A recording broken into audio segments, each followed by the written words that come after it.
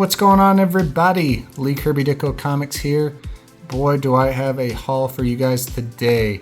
Picked up some phenomenal books, so let's get right into it. First up, Tales to Astonish, number 27. First appearance of AntMan, super early Marvel book. Cover dated January 1962. Would have came out just a few months after Fantastic Four number 1. Still a 10-cent cover price Marvel book. This is before Spider-Man, before Hulk, before Thor.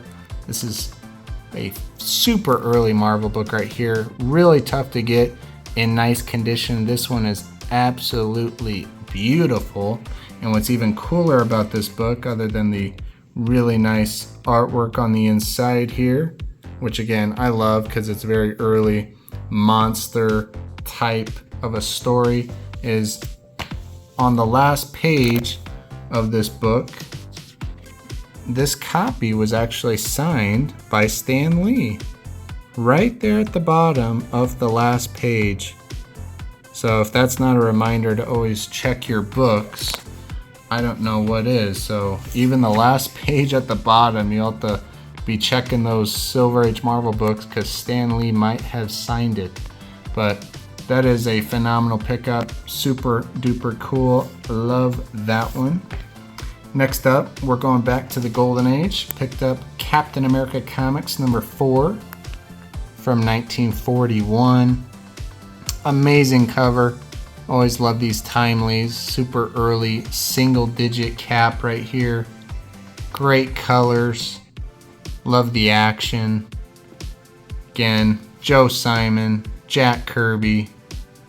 Phenomenal artwork on the inside. Just great. That's a super cool book there.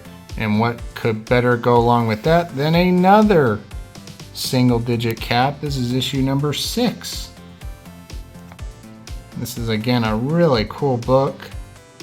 Joe Simon, Jack Kirby. Great action cover. You got skulls. Always got Bucky tied up.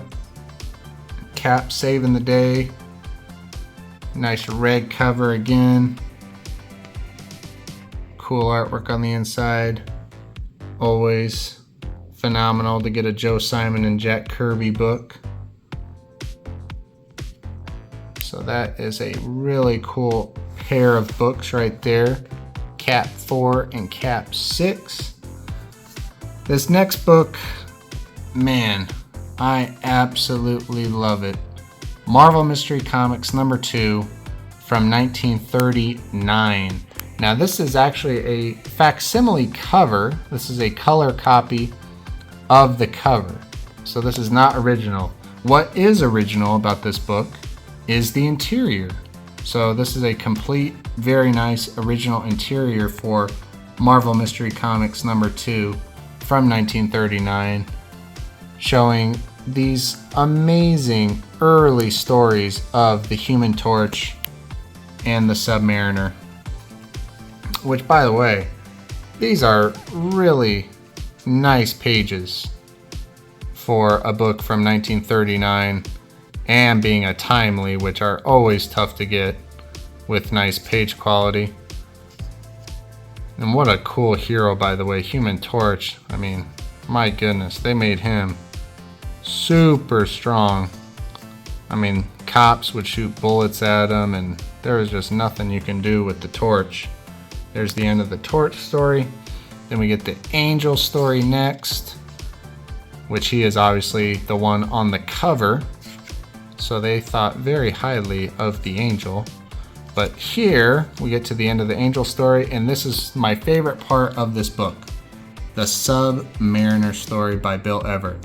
And what I love most about it is such an early story to be just show you the early stages of how Submariner Namor was drawn.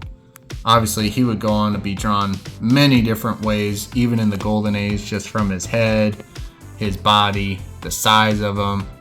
The underwater scenes here are very unique to books in 1939, 1940.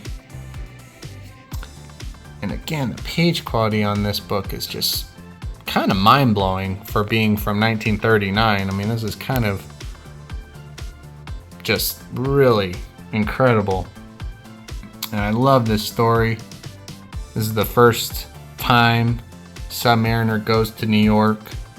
Really the first time he interacts with a bunch of people. And this is a crazy cool scene. Look at this. The cop here shoots him, and the Submariner is so fast that he catches the bullet and just looks at it like, huh, interesting, they thought that could harm me. And like, he just flies off right out of the water. I mean, man, they made him super strong, and his abilities are just out of this world. So again, this story, really cool. This is another crazy scene right here. All these cops shooting him. And man, doesn't Submariner right there, he's looking kind of like Superman, just looking at all these cops shooting him, and he's saying it tickles him. And then saying he's got alligator tough flesh. And then look at this, he takes this car that looks, I mean, that's just the car style of the time, but think of Action Comics #1. It's like, that's that car, and he just takes that car, throws it, killing them. I mean, that is crazy. They were brutal in these books. He just throws the car like a toy at the law officers, killing them. I mean, this brutal story here. Brutal.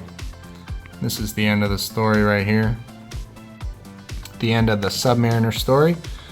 Then you got other stories to finish out this book, but the last one I'll show you because I do enjoy it, and I do think it's pretty cool.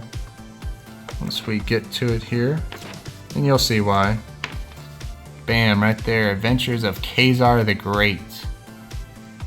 I always love Khazar stories. I always love seeing artists drawing animals. Always seems pretty cool. Again, just to show you the full book here, see how cool all these little stories are. And there's the last page. There's the back cover, again, of the color copy of the cover. So yeah, that is, man, that is such a cool pickup. I am so happy to have gotten that. Absolutely love it. Really tough book too. Really rare. I mean, when you talk about rarity in comics, you obviously look to Golden Age, but even Golden Age, you start looking around at Golden Age books, and there's quite a few books that are rarer than the main books you think of. Action 1, Detective 27, you know, first Superman, first Batman. And this is one of those ones. I mean, there's some books that are actually harder to find than those. So, really tough book to find. Really stoked to get it. All right, now we come to the last book for this haul, guys.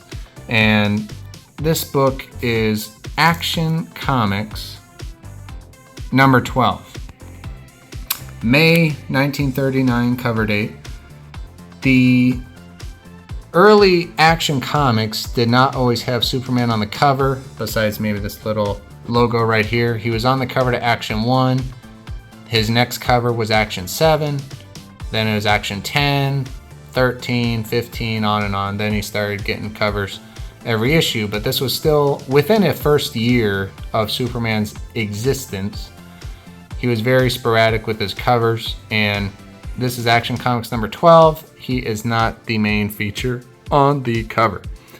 And this cover, as you can see, is missing a large chunk out of the cover, and it's not a Superman cover, but I did not buy this book because of the cover, so it did not bother me at having a chunk out. I bought this book because of what's inside, which I will show you. I think it's interesting how long that piece has been missing out of the cover because of how it aged this page right here.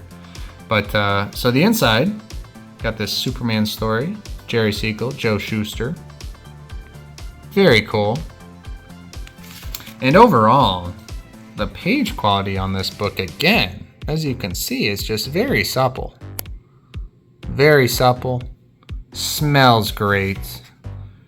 if you could smell through video, you would very much enjoy the aroma of this 1939 DC comic.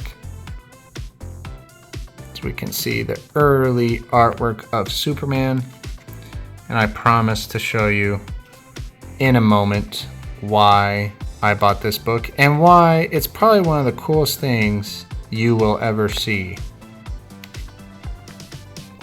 And you are not going to believe it.